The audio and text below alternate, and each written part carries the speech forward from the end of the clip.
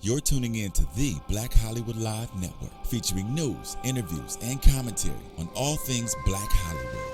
Hollywood redefined. From Los Angeles, California, presented by Maria Menounos and streaming live thanks to Akamai Technologies. This is Black Hollywood Live. Justice is served. Featuring the week's roundup and commentary on legal news. Black Hollywood Live. Hollywood redefined. You're listening to Black Hollywood Live. And now, the host for Black Hollywood Live, Justice is Served.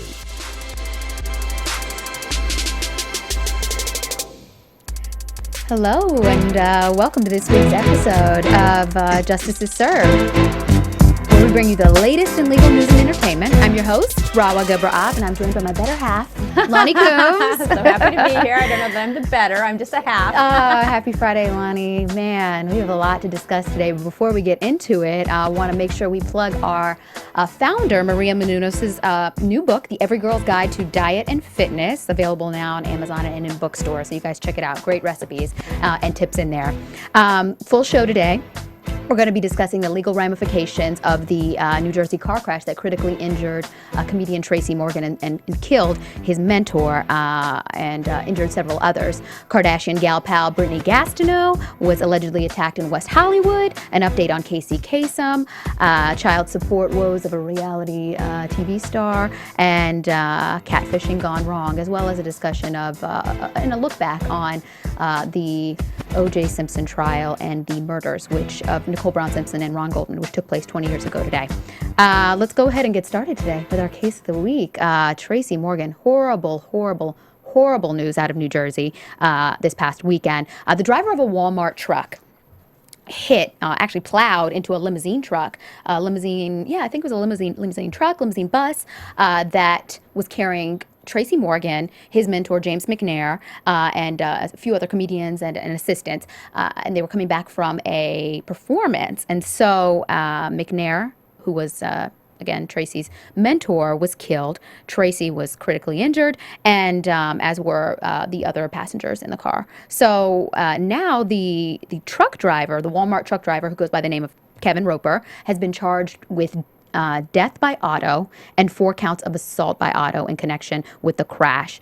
Roper pleaded not guilty during his arraignment on Wednesday, and amid these accusations that he had not slept for 24 hours before the crash. He didn't say much during the arraignment, and we really don't have that much information, except it appears that Roper has spoken out in a series of tweets, which cannot yet be corroborated, but he claims in those tweets that he is being made to be a scapegoat, and that he had slept, that he was not on drugs, that he was not on any type of substance.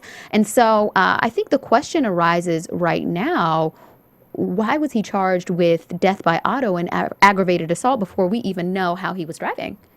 Well, that's a very good question. I've handled a lot of vehicular homicides. That's what they're called here in California. They're called death by auto. There's essentially 3 types of murder. There's murder, manslaughter, and death by auto, when people die in auto crashes. And the hard thing about those cases is it an accident, or does it rise to the level where they should be criminally prosecuted? And essentially the standard in New Jersey is that they have to be reckless, which is more than just negligent. Reckless is where you knew how dangerous the action was that you were going to do, and you didn't care. So if they could prove that he had been not sleeping for 24 hours and went out and was driving this huge big rig, you would say, yeah, you know what? He knew what he was doing was dangerous, and he didn't care that he was, probably impaired and out there driving. In fact, that's a presumption that they have specified in the law in New Jersey. If you go more than 24 hours without sleep and are driving, you're presumed to be reckless. So But the question is, usually in these cases, the investigation takes a long time. Right. We would always have to sit and wait while they bring out accident reconstructionists.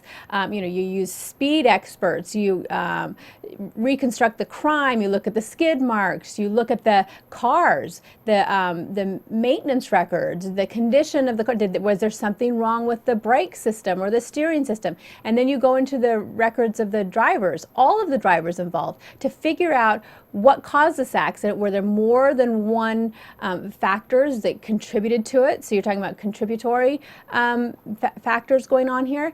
And for the case to be filed so quickly, the criminal case, it looks like, just assuming here based on past knowledge of understanding how long these investigations usually take to put together. Right. It looks like there might have been public pressure because it is such a public case to find someone to focus the blame on. So, just looking at it for those reasons, it appears, and we haven't heard anything from the prosecution or law enforcement, that they've done all of these things. I don't even know if it would be physically possible to have done all the investigation that they need to do to put these things together. They did let him, go home, the driver, after he pled not guilty. Right. And so it sounds like they know it's going to take a while longer for the investigation to be put together. But the process is, you're not supposed to file a case. You're not supposed to file charges until you have, a certain level of evidence to be able to show to the judge that you can go ahead and arrest someone. So, and then there's going to be this issue of, what is Walmart's liability here? You're talking civil liability there. And then the whole thing about, truck drivers, these long haul truck drivers have been, they say regulated. It used to be they could drive 82 hours a week. Insane. It got lowered to 70 hours, and now they were just in the process of trying to raise the hours back up. Well, 70 hours is 10 hours a day on the road, and being on the road is one of the most stressful things you can do. Anybody who has, here in LA, a commute. Who lives here knows right. knows After this. an hour, you're exhausted.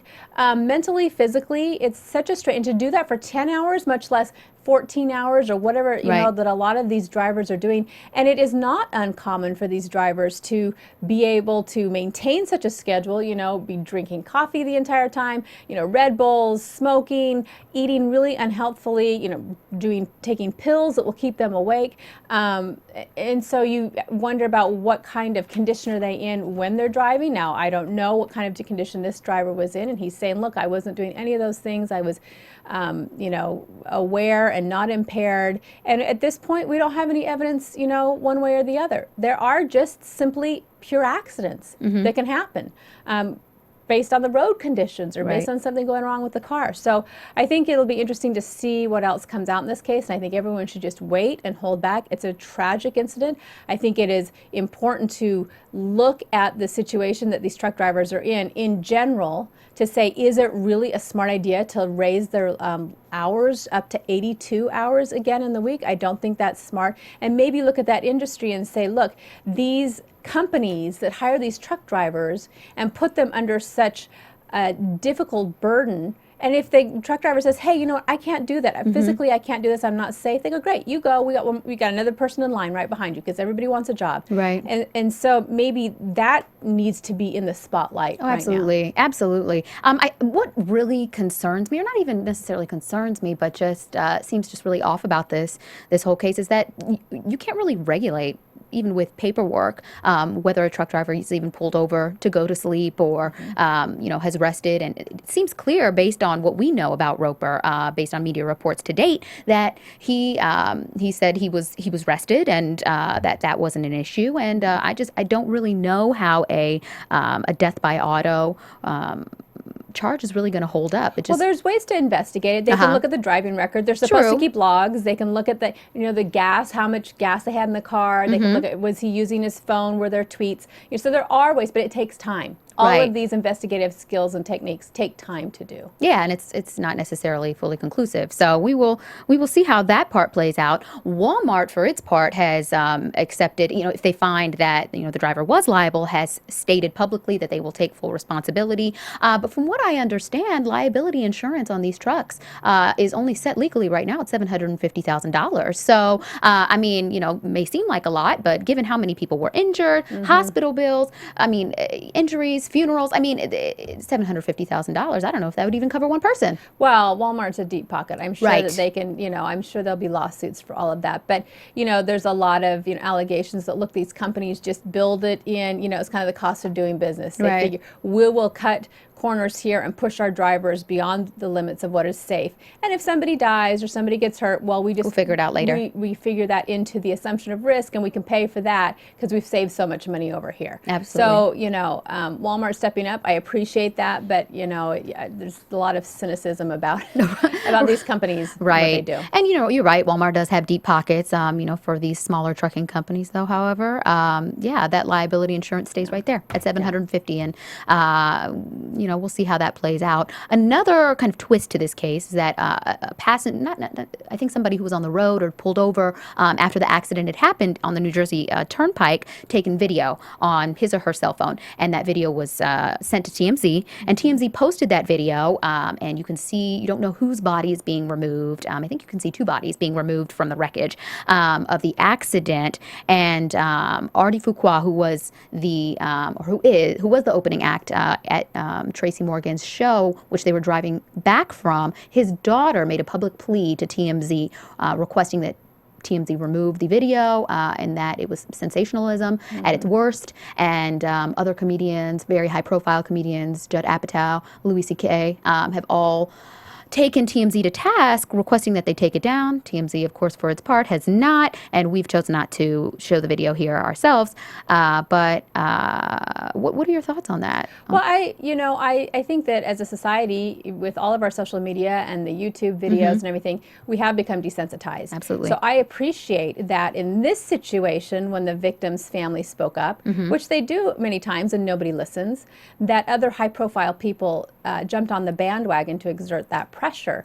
Maybe we as a society will start showing a little more sympathy and empathy. There's no reason that video needs to be shown. You just, we watched it to look at it to decide if we were going to play it. You hear a lot of agonized voices talking, and you can't see much until you see the bodies coming out. There's no reason why people need to see that. And for the victims whose loved ones those are, it can cause such great damage and stress to them that I don't see any newsworthy reason for it. Now, maybe it will be used later in investigation purposes because an expert eye might be able to see something that, we as lay people would not see. But just for prurient eyes to look at and, get whatever thrill out of it, I don't think is necessary. Yeah, no, I definitely agree. Tracy Morgan is likely to remain hospitalized for the next several weeks. He is suffering, from what we understand, from broken ribs, broken nose, broken femur, broken leg. So he's got a lot of injuries. So we'll keep him in our prayers. And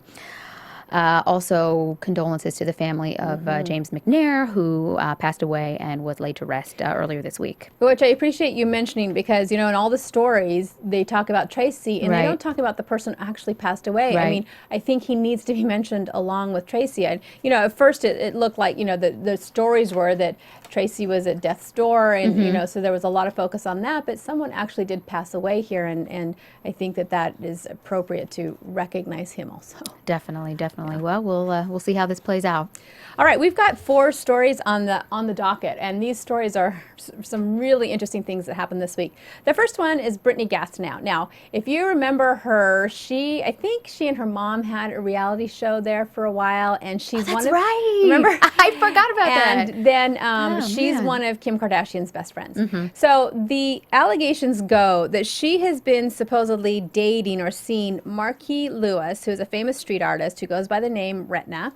They've been dating, and he had some major knee surgery, and afterwards he checked into the London Hotel in West Hollywood to recuperate. And Brittny went to see him the day after, and she ended up going to the hospital after that visit with some very bad injuries. Yeah. And the hospital there, because of the injuries, felt there was a domestic violence situation, and as they are required to do, called the police. And so the police came, they interviewed Brittny, and then interestingly enough, Brittny actually went out in public less than a week later, went to some very high-profile places for dinner where the paparazzi always are, and these pictures were taken showing these injuries, which a week later are still pretty bad. Wow. And then the allegations came out that she had hired Sean Hawley, who we all love here, a great attorney, to represent her and either try and file a lawsuit or force a settlement. Now, interestingly enough, and they weren't even necessarily naming the person at that point, but Marquis Lewis has an attorney, who has not waited for all of this to go down. He's just stepped up, Michael Goldstein, and he said, yes, my client is the one that she visited, and he was being, recuperating. He couldn't even walk without crutches, so he was clearly had limitations physically. They did get into an altercation. He said there was lots of swinging, and in the end, both of them were injured, including Brittny, his client. He said his face and eyes were swollen, his painting hand, and he's an artist, was injured, and his ear was cut up. But he said Brittny was not the aggressor, but Brittny doesn't have any bad feelings towards Brittny and is not going to call the police, and they're cool with each other. And by the way, Brittany's still texting him and still calling him, and everything seems fine. So we're kind of surprised that she went to the police, or that she went out to these public places where these photographs would be taken and obviously stir this whole thing up. She did not go to the police. The hospital called the police. Right. So the question is, what do you think is going on here? Do you think it's going to blow up into something bigger? Do you think that a lawsuit will actually be filed? Or do you think this will all be settled quietly between the parties? Yeah, I think something is definitely up. And I think it will be settled, and I think it'll be settled relatively quickly. I think Brittny going out to Craig's in West Hollywood, which is a paparazzi-ridden restaurant with these injuries. I mean, no attempt to cover it up, no attempt to, with makeup or anything. It was pretty surprising. And I think she wanted it to be seen. I don't know if this was meant for her to kind of leverage settlement in some way. I think that's the key word, leverage. Yeah, and use those photos. And I think it was reported that her mother was making comments to the paparazzi. I can't recall off the top of my head, the things that she was saying, but I mean, kind of, they're asking her what's wrong, and the mother was responding. And so it seemed like they wanted these pictures out, and figured the best way to do that was to go out in a place where the pictures would be taken. And, within the day, the story came out, and now we know that they're in the midst of settlement negotiations. So it's pretty, I don't know what word I wanted to use the word gross, just kind of how the whole thing seems to be playing out. But at least it appears that Brittny is not trying to smear her. I mean, she's obviously a victim in some way. Look at her eye. But it's my hope, and I'm almost positive that it'll be handled pretty quickly. What do you think? Well, he is saying it's mutual combat. So he is saying that she was aggressive in the situation. But it is an interesting fact that he was recuperating from this knee injury. So how much physicality he had at the point, I think, would be a big telling factor if this, went any further, and to decide whatever type of lawsuit. I don't think that if everything was fine and dandy, as the attorney is trying to allege, that she would be going out in public and being allowed to be photographed this way. I think she would have probably waited until her injuries went down. So I would say that because she's out in public, that there's clearly some type of lawsuit or court action hanging over them, and then what happens will happen. Yeah, we'll see how he was injured too. So exactly. Once that information comes out, or it's brought to the forefront, I guess, of this settlement or of this litigation, if it gets that far, then it could end up being the battle of the photographs. Right? Yeah. Okay, Kasem, as we were talking about him last week, and we said he had taken a turn for the worst. Well, he's continued to decline rapidly. And now the fight, of course, which is not stopped. You would hope that at some point, as we said at the end of our segment last week, that the families would come together and let him die in peace if they're, if that's the point where they're at. But no, that's not happening. They're still going back and forth in court as he is diminishing rapidly in the hospital. And the judge said that the daughter, Carrie, gets to continue with the conservatorship. And so the fight now was, can she take him off the forced hydration and feeding tube? And they've gone in a couple of times. And the first time the judge said, no, you have to keep him on. And then the hospital said, look, his body is shutting down. So when you feed him, it's not digesting, it's just backing up in his system. And when you force the water into him, when you try to hydrate him, it's drowning him because he can't assimilate the water. And you literally hear him gurgling, is what his daughter said. It was horrible, she said. We watched him drowning in front of us. And so she went back into court, and at this point the judge said, okay, you do not have to do that any longer. Well, of course, Jean Kasem, his wife of 34 years, said to the judge as she stormed out of the courtroom, you have blood on your hands. And her attorney said, you just imposed a death sentence. Well, Okay, honestly, technically that's probably true, but it wasn't the judge. I mean, this is someone who is dying and who should be allowed to die in the most peaceful way, in the most dignified way possible. And the judge said, look, this is one of the hardest things we've ever done. And hydration is not, dehydration is a horrible way to die. But they have him on morphine. They're trying to make him as comfortable as possible. But you know, it's more of an act of God than the act of the judge at that point. So how do you feel about what the judge did? And do you think that these parties will ever come together and allow him to die in peace? I think you're totally right. The judge did what the judge had to do. And it's clear at this point that Casey Kasem is dying. And so to allow him to do that peacefully, I think is the best way to go. And obviously there are very conflicting feelings in many families when a family member is at the end of their life and whether, you know, you want to continue on with treatment or to kind of just allow them to transition peacefully. But I think that was the best move. And I don't think these parties will ever come together. I think Gene has some issues based on what we've seen. And now from what TMZ seems to be reporting is that there's this elder abuse, there are elder abuse allegations that are being investigated by the Santa Monica Police Department. And these allegations stem from the fact that apparently Gene, before Casey was taken from California out of his home to Washington, that she drove him to Nevada, then drove him to Arizona, then drove him back to Nevada, then from there flew to Washington in an effort to keep him away from the children. Remember that time that they were like, "Where is he? He's missing." Yeah. And so I didn't realize that, you know, they were going all over the western part of the country, and also to have somebody with these bed sores to take them out of care, out of the hospital, into a car sitting for hours on end. I mean, it couldn't have been good. And the allegations from the children are that the bed sores that Casey was suffering from may actually be have led to an infection and will lead to his eventual death. So if the Santa Monica Police Department finds that those allegations are true, we're looking at some really serious ramifications for Gene Kasem. And at that point, I think the relationship, if it's not already completely destroyed, will definitely be over. And like you said, also what we've seen from the video of her throwing the meat and stuff, it almost sounds like she's a little bit unhinged at this point. I don't know if it's an actual, you know, actual specific mental illness, or if it's just, you know, paranoia that comes in, or just, you know, her grief is overcoming her rational side of her brain. I don't know, but that could be it too. Yeah, and it's such a sad situation at a time when you hope that a family will come together in their mourning and allow someone to go peacefully. Okay. Record producer Stevie J. Now, some people know him as this reality star of VH1's Love and Hip Hop. He's also a Grammy-winning producer, 40 years old.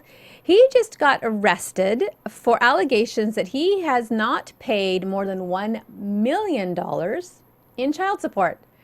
Okay, this woman is going to get a big payday if she ever gets her hands on the money. So he has 2 children with music producer Carol Bennett.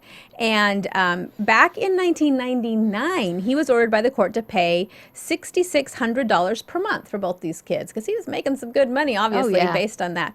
He had hits. Yeah, and then in 2011, it got bumped up to nearly $8,600 per month. And apparently he hasn't been paying any of it. So now the tab is up to $1 million. And meanwhile, he's been making lots of money on his reality show, $27,000 a month, so he could easily pay that child support. And from January to August of 2013, he made at least $193,000 from his TV show. Of course, his response through his attorney is, this is all preposterous. And so he went and he was arrested. He posted his bond. He's out now. What do you think is going to happen with this case? I hate to admit that I've seen this reality show and that I watch it. So based on what I've seen, this guy is not very credible. And he's also a very big spender on the show. And so I'm sure that and reality shows are very smoke and mirrors. I mean, Yeah. everything's not necessarily as it seems, but I mean, just on this recent series, or I guess season premiere, he bought a new house, gotten married, has several really expensive cars. So it's not looking too good for this guy. He has several children. These two children are not just, the only ones. I was going to ask you, did these two children show up on his TV show at They all? do not. His Okay. youngest has. His Okay. youngest, I think he has a 3-year-old or 4-year-old with another cast member on the show.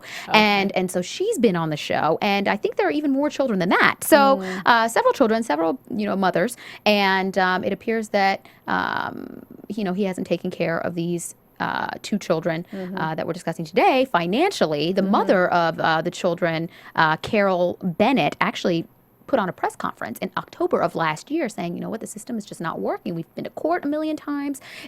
I feel like I'm not getting any help. These kids are 14 and 16. I've been raising them and I've been paying for everything myself. And, he's promised to help pay for insurance. I mean, these kids need to go to college. I can't do it all. I mean, I'll do what I can, but I cannot do it all. And she's at the time, he had missed 168 payments. I mean, I guess that totals, to, around $1 million. And, yeah, I mean, he's out on bond, but I think that the lifestyle that he leads on that reality show will play a big part in kind of the judge maybe determining, like, okay, you have something. You have some assets. Unless he comes in and says, like you said, it's all smoke and mirrors. But, Right. the sad thing about this, in any child support case, you can spend years trying to go after the money, and sometimes you never see any of it or a small portion of it. But the people that really lose here are the kids. Right. Because the kids, and it's not even a matter of them living at a certain lifestyle, although here they're watching their dad on this reality show living in this really glitzy lifestyle while they may not be. And there may be some resentment over that, but it's just that feeling that the kids will have, no matter what you say or do, that, hey, I don't matter enough to my dad for him to be an honorable person with me. And it really can damage that relationship of trust and integrity. And you know what? I don't know why, people think that their money and spending it on something else is more important than that. But they're the ones who really lose out on this. Absolutely. Okay, this last story on the docket, I am telling you, it made the hair on my neck curl when I read this. This is crazy. Terrifying. So, okay, there's this woman in Alabama, and she allowed her 19-year-old niece, Marissa Williams, to come live with her in April. And I'm assuming that might have been because she was having problems at home or whatever. So she's living with the aunt. But soon after she moves in, there started to be problems and friction. And the aunt said, she started having like men coming over to the house and strangers that she was meeting on the internet. See? So the aunt was like, I don't like this. This is not a safe thing to do. The aunt lived there and she had a fiance and her own child. So she did something that I think is very smart. I know Brilliant. some people will be like, but I always recommend this to parents, maybe not to this level, but I always tell parents, you need to know what's going on your kids' social media. And you can't pretend like, I don't understand it. You have to get on there. So what she did, she went even a step further. She had been in the social media, but then the niece blocked her. So she couldn't get on it. So she actually came up with another persona. She came up with a name of Trey Top Dog Ellis and created a fake profile so that her niece, Marissa, would friend her and they could develop this relationship, which is known as catfishing, right? Catfishing is where you have a relationship with someone you think is one person is the other. Yeah, based off a really great documentary and now MTV show. So. Yeah, yes, exactly. So she does this, and sure enough, her niece, Marissa, friends her, and upon their first interaction on social media, Marissa, this 19-year-old, gives the imaginary man, Trey Top Dog Ellis, her phone number and her home address. That is what you never do, first of all, ever to some stranger on the internet. And she offered to have sex with him if he would pay her $50 phone bill. Okay. Good God. After talking online just for a few days, she then asked Ellis, who was really her aunt, to kidnap her so she could leave her family. Then they continued conversing, and finally the teenager told Ellis that, and she'd never met him to this point, obviously, that she wanted him to come to the family's home, told him how to come in, and wanted him to shoot her aunt's fiance, and her aunt's child. Could you imagine? The aunt is probably sitting there typing, and she's like, what? So she calls the police. Yeah. She tells them, the police come, they interview Marissa, and Marissa admits to all of it. Well, because they probably had a trail right there, you know, on the emails or Can't whatever very it much is. get out of it, yeah. And she said, yeah, but I didn't really mean to do it. I was just joking. I was just venting. I really wasn't going to do this. But they arrested her for solicitation to murder. And now I'm assuming she might not be living with her aunt anymore. Safe to say. Yeah. So what do you think the police should do with this case? I think they should take it all the way. I mean, I have very mixed feelings on making an example of people, but I think in this case, and especially with the proliferation of the internet and fake, you know, profiles and just the things that can come from social media, the really damaging things. This isn't the first type of story I've heard like this. I mean, I've heard of stories where people solicit murder over social media. So this is, I mean, solicitation of murder requires the intent that the offense be committed, and then also like commanding, encouraging, or requesting that another commit the offense. And so, I mean, she's fulfilled those two requirements, and I know she's young. She probably didn't really think this through very well, but I mean, what if this had been a real man, and what if he decided to go through with it? I mean, I think there's something needs to be done. Kids and young adults need to see that there is, and even older adults need to see that there are going to be repercussions for these types of actions, and that's my hope that they take it all the way. Yeah. What did you think about the aunt actually catfishing, going so far as to create this fake profile? Genius. Okay. I don't even know if I would have thought of it. I should have, because I watch Catfish, and I think it's a great show. I think it's a really fantastic show. Now it's kind of gotten to the point where people will actually catfish for the purpose of trying to get on the show, it appears. And so, I mean, but the first season, early second season, I thought, man, this is brilliant. And that she thought it through, probably because she saw what kind of activity she was engaged in, her niece, when she was not blocked. Yeah. She probably thought, okay, you know what? I need to figure out a way to see what she's doing. Well, and people were coming to the house. So it's interesting that the niece says, I was just joking, I never would have gone through it, but that she was having other men actually come over to the house for whatever reason. So we know she was going that far. And like you said, you know, even if she wants to say she's joking now, you set that into motion with a real person who will really kill. They can come and kill, and you, oh, well, you know, I thought I was just joking. Well, it's too late then. Too late. Man. Yeah, those are some pretty crazy stories on the docket, but that one really takes the cake. For tipping the scales today, we have a kind of a flashback. It was 20 years ago today that O.J. Simpson's ex-wife, Nicole Brown Simpson, and her friend Ron Goldman were murdered. This is, I believe, June 13th, 1994. It's crazy that it's been 20 years. Crazy. Time really flies, and it's definitely not the kind of anniversary that you want to celebrate, but because the murders, the trial, are now, it's the 20-year anniversary, we find that OJ's in the news a lot. And also, coincidentally, OJ had his attorneys resubmit their appeal to the Nevada Supreme Court, seeking a new trial in the former football star's Vegas kidnapping and armed robbery case. Because he's actually still in jail there. Right. What some people call his karma case. The attorneys are asking that the court is going to reconsider whether his trial attorney in 2008 had conflicts of interest and botched the defense. I mean, we'll see how that plays out. But the question really for today, and there are actually two, is today's kids are really inundated by information online, you know, just like we were talking about earlier with catfishing. And do you think that today's kids, young people, are going to understand or do understand the impact of the O.J. Simpson case 20 years ago? I don't think so at all. I mean, you had to live through that time. The world is such a different place now on so many levels. You know, I mean, from all the issues that were big in that, race relations, spousal abuse, the media involved in courtroom cases, all of those things have changed drastically. Our celebrities, you know, showing the downside of the celebrities and their actual bad actions. Now with social media, a lot of that has changed. Domestic violence, the awareness of it, the understanding of it, they're prosecuted differently. Victims are treated differently. You know, the race relations, I mean, back then it was a big thing that it was an interracial couple. You know, I mean, we've come so far in 20 years.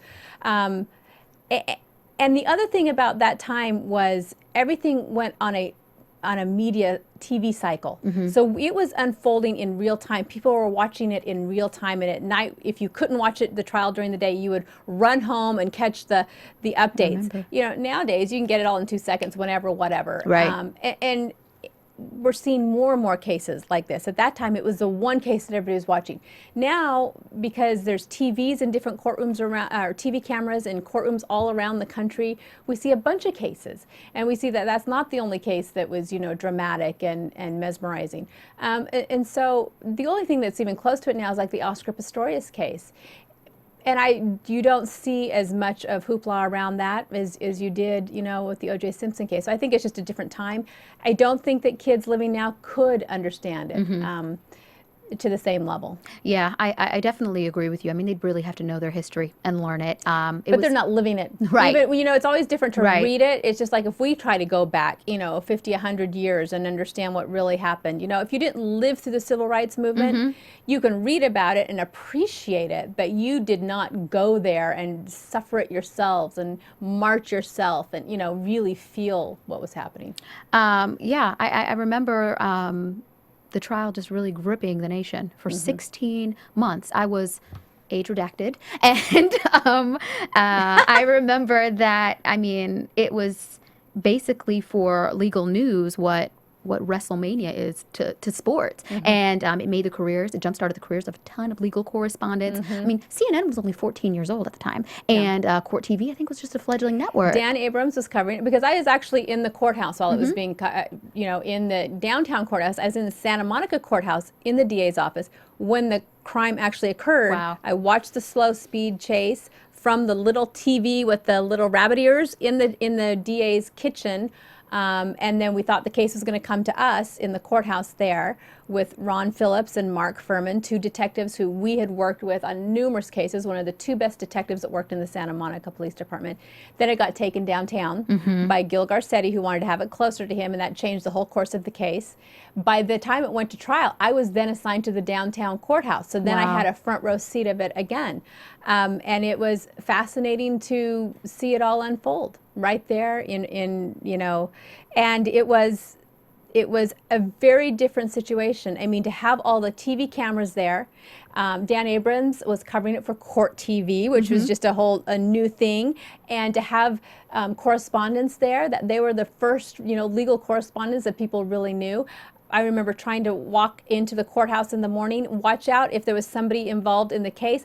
The TV cameras, because they didn't have any restrictions or anything at that point, they would literally run you over and we'd get hit with the cameras and knocked aside. And, they didn't have any restrictions or boundaries or anything like that. It was all brand new. All brand new. And to have those cameras in the courtroom, because it was the first time for anybody, nobody anticipated, it changed everyone, from the attorneys to the judge to the jury. Everyone was hypersensitive and aware of it and knew that everybody was talking about it, and that had a huge impact. I was actually just reading a brief interview, I think, maybe a quote from Dan Abrams, who is a very celebrated and very well-known legal analyst. He said he was 28 at the time, and that he was junior correspondent for Court TV. And at the time, he was only assigned to the case because the two other people who were more senior than him were busy. And so, and now look at him. So he's pretty big. And I guess my second question to this is: would a case like O.J. Simpson's boil down to a hashtag in today's internet culture? I know we saw, the impact of the Trayvon Martin or the George Zimmerman case and the Casey Anthony case. Those gripped the nation, and they were definitely very, very popular trending topics on Twitter and on Facebook. But do you think that the trial, if it had taken place now, would have gripped the nation in the same way that those two had? Or I do. Yeah, I do. O.J. at the time, this is another thing that today's generation doesn't understand. He was a hero that everybody knew. Handsome. He had those Hertz commercials. He was a great athlete. All the men loved him. All the women loved him. I remember I went into the courtroom during the trial, and even though I knew the evidence of the case, I knew the allegations, he walked out in that suit, and the packed courtroom went silent. And there was only one person. Everybody was like, the charisma that he exuded, even though he had just walked out from lockout, he walked out and you just went, wow. He had the type of, persona that very few people have. And I think that if it had happened today, he would have been that way still. And I think that, we are still very a celebrity-obsessed culture. And so I do think that people would have watched it for that purpose. I just think that the way it's put out there now, and you can get it at any time and so fast and so quick from so many different venues. Back then it was more of a shared experience. Everybody kind of was going through it in real time together. Now everybody's getting it at their own speed, at their own time. Yeah, it was definitely a major milestone in televised court history, and given the attention that the case will be shown in the next, I don't know, year or several months, I'm sure we'll be talking about it again on today's show or on shows to come. Thank you guys so much for joining us this week on Justice is Served. We will see you again next Friday. Have a great weekend, guys. From producers Maria Menounos, Dario Kristen, Tiana Hobson, Kevin Undergaro, and the entire BHL crew, we would like to thank you for supporting Black Hollywood Live, the first online broadcast network dedicated to African American entertainment. For questions and comments, contact us at info@blackhollywoodlive.com. Like us on Facebook, tweet us or Instagram us at BHL Online. And I'm your BHL announcer, Scipio. Instagram me at Planet Scipio. Thank you for tuning in. The views expressed here are those of the hosts only and do not necessarily reflect the views of BHL or its owners or principals.